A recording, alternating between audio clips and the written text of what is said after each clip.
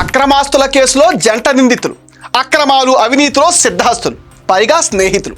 మాజీ ముఖ్యమంత్రి జగన్ రెడ్డి, మాజీ ఎంపీ విజయసాయిరెడ్డి. రాష్ట్ర రాజకీయాల్లో ఈ ఇద్దరి సంబంధాలు ఎవరికీ తెలియదు కాదు. మాజీ ముఖ్యమంత్రి జగన్ రెడ్డి కుటుంబంతో సాయిరెడ్డికి ఎప్పటి నుంచో మంచి అనుబంధం ఉంది.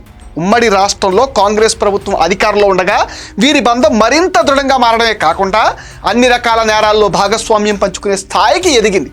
ఈ కారణంగానే మాజీ ముఖ్యమంత్రి వైఎస్ రాజశేఖర రెడ్డి అధికారంలో ఉన్నప్పుడు జగన్ అడ్డదారిలో దోచుకోవడానికి విజయసాయిరెడ్డి కర్త కర్మ క్రియగా పనిచేశారు. చేయి తిరిగిన చార్టెడ్ అకౌంట్గా తన పరిజ్ఞానం మొత్తం వినియోగించి జగన్ రెడ్డికి అప్పనంగా 1000 కోట్లు దోచిపెట్టాడు సాయిరెడ్డి.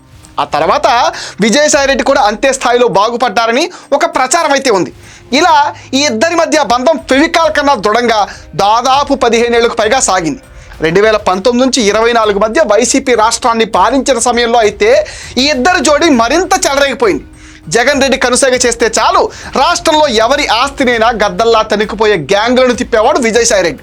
ఇలా ఇద్దరు చెలరేగిపోయి ప్రజలకు నరకం చూపించడంతో 2024లో కేవలం 11 సీట్లు ఇచ్చి మూల కూర్చోబెట్టారు. అయితే ఇప్పుడు జైలు భయంతో విజయసాయిరెడ్డి జగన్తో సంబంధం లేదు అని చెప్తున్నాడు. ఆయన మాటలు ఎవరూ నమ్మటం లేదని భావిస్తూ జగన్ రెడ్డి ఈ జన్మలో సీఎం కాలేడు అంటూ ప్రకటన కూడా చేస్తున్నాడు.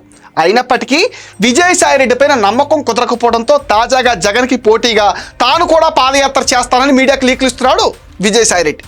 జగన్ కంటే ఏడాది ముందుగా ప్రజల్లోకి వెళతానని, తనకు జగన్ రెడ్డి చేసిన అన్యాయాలను వివరిస్తానని అంటున్నాడు. అయితే ప్రజలు మాత్రం విజయసాయిరెడ్డి మాటలను అస్సలు నమ్మటం లేదు.